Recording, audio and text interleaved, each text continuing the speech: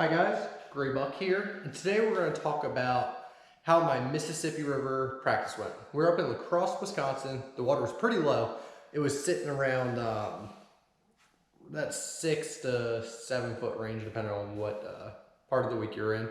But it was much lower than when I was there in 2017. So we had some different conditions. It's a summer tournament versus the spawning deal. So I had spent all of my event before in 17 in pool 8, and this time I decided I was going to try to get away from the crowds, being the FLW super tournament. We have 200 plus boats in it, and I was afraid staying in 8 was going to get just too much pressure on them and I wouldn't be able to catch the fish as well, so I was going to lock up the 7. I spent my first day, the entire day, up in their pool 7, and had a slow start, didn't have a whole lot going on, and then about an hour into the morning, I was picking up my old trusty, it was by Z-Man jackhammer. It's green pumpkin, 3/8. It's the other razor shad on there. I just started rolling it down, some current breaks, some current seams, just right along the edge where the eelgrass dropped into about 4 foot. And I got one stretch that had a lot of fish in it. I caught 4 quick, and it was covering water. I wasn't sitting on an area pounding it by any means or anything like that. So that's my favorite rod. It's a 741 Phantom cranking. It's the one I talk about all the time. But if you guys know me, jackhammer is how I catch my fish. But what I learned throughout practice was you have a chatterbait bite for the first few hours in the morning, and then after that, it kind of slowed up. So the first day I spent on pool 7, the second day I went down to pool 8, spent the entire day there. I had from FLW Jody White come out with me. He's one of their media guys, and he wrote an article kind of just detailing my morning. We started at whatever it was, 5 in the morning. He fished till about, I think 11:30 or 12 with me, just watching me fish, taking pictures and all that. I'll put a link in the bottom. You'll be able to see the article itself. It goes very detailed, but it was a good morning. I caught a bunch of fish. I was catching them on a chatterbait. I caught a couple little ones in the morning.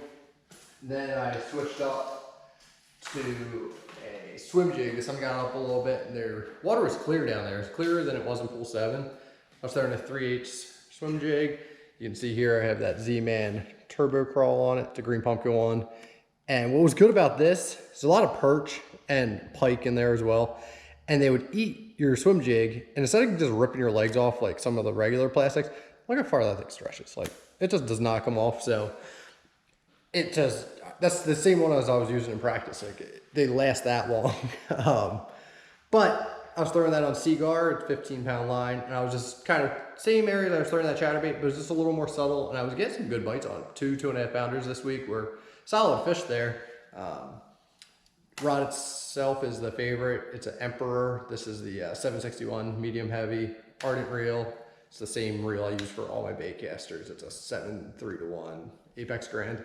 But just throwing it down, I was just winding it back. Every once in a while I'd hit the eelgrass, pop it, get it out of there a little bit. But that was kind of what I was targeting there.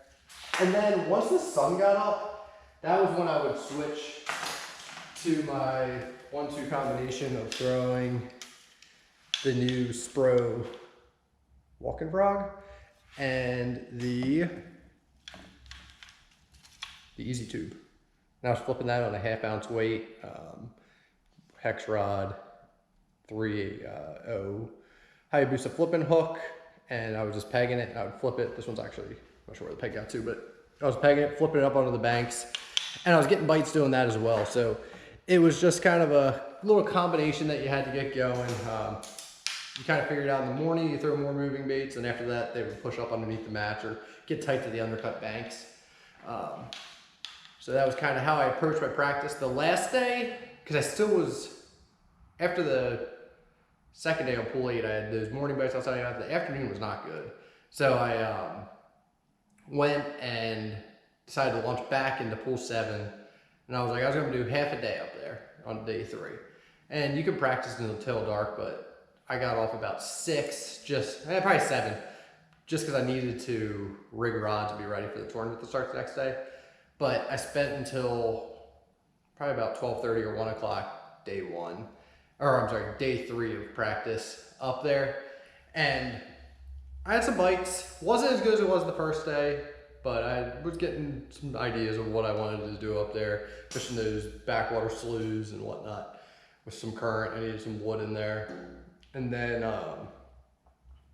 I locked back down, actually I launched back down in pool 8, and I was really trying to find something to go on down there, trying to convince myself I didn't need to run up to pool 7, and I had like 2 bites in the next 5 hours or so, and that was where I kind of made my decision. I was going up to pool 8. So here's a little bit of highlights of me fishing from my practice. Check out the article that Jody wrote on FLWfishing.com. It's really detailed, goes into a lot more than I even just talked about here. And then stay tuned for my day 1 and day 2 videos from on the water. All right, thanks for watching, and please subscribe.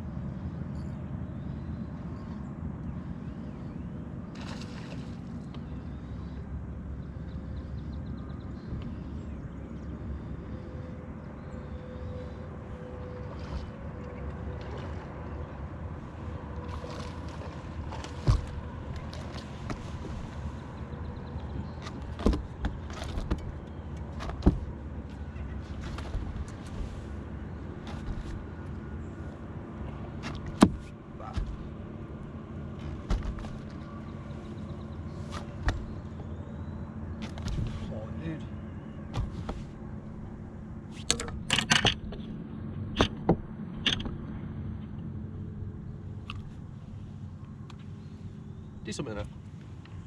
Not a bad one there.